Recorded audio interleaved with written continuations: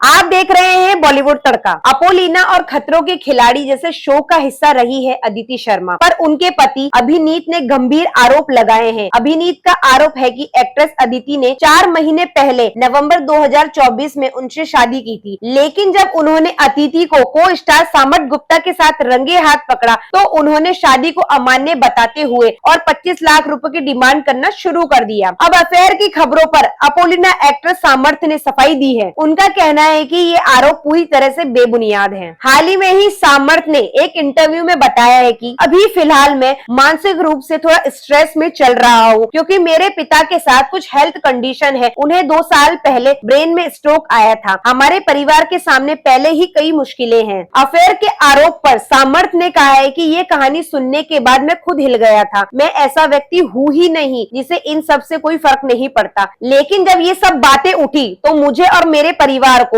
काफी ज्यादा परेशानी हुई। और सामर्थ का कहना यह है कि ये आरोप झूठे हैं, हमें कभी भी नहीं पकड़ा गया। जैसा वो बता रहा है, हम साथ में काम करते हैं, हम एक्ट्रेस हैं, ऑन स्क्रीन केमिस्ट्री जो दिखाते हैं लोग उसी पर यकीन करते हैं। सामर्थ ने कहा है, मैं बस इतना कहना चाहता हूँ कि हम अच्छे दोस्त हैं और हमेशा रहेंगे। दूसरी बात यह है कि एक प्रोफेशन होने के नाते हम 24 घंटे साथ रहते हैं, हम एक परिवार बन जाते हैं। ये सिर्फ उनके साथ ही नहीं, जो सख्त मेरे पिता की भूमिका निभा रहे हैं, जो मेरे बड़े भाई की भूमिका निभा रहे हैं, सबसे मेरा एक ही रिश्ता है। अदिति और अभिनीत पर सामर्थ ने कहा है, हम सेट पर अदिति का इमोशनल ब्रेकडाउन होते हुए देख चुके हैं। हमने उसे रोते हुए देखा है, यहाँ तक कि हमारे क्रिएटिव्स ने भी उसे रोता देखा है। हमारे पूछने पर अदिति ने बताया है कि मेरे पति मुझे इस दुनिया से प्राइवेट रखना चाहते हैं, और ये सब बातें अदिति ने उनके साथ शेयर की थी। अभिनीत सेट पर भी आता है और यहाँ तक कि वो उसे परेशान भी करता है। अदिति ने बताया है कि वो उसे टॉर्चर भी करता है। बातचीत के दौरान सामर्थ ने उस घटना का भी जिक्र किया है जब एक बार अभिनीत बिना इजाजत उनके मेकअप रूम में घुस गया था। सामर्थ ने कहा, मेरा बर्थडे 20 जनवरी को था, वो बिना इजाजत के मेरे मेकअप रूम में आ गया था। आप सोच सकते हैं कि ये कितना गलत है। वो मुझसे बात करने आया था, लेकिन उस समय मैं इस बारे में बात करने की स्थिति में नहीं था। मैं मानसिक रूप से थका हुआ था। उसने कहा कि मैं उसका पति हूँ। फिर मैंने उसके पति से कहा कि हम सिर्फ बहुत अच्छे दोस्त हैं। इंसान होने के नाते अगर आप किसी को दुखी देखते हैं तो जाहिर सी बात है कि आप उससे परेशानी तो पूछेंगे ही। बातचीत में सामर्थ ने बताया कि अदिति के पति को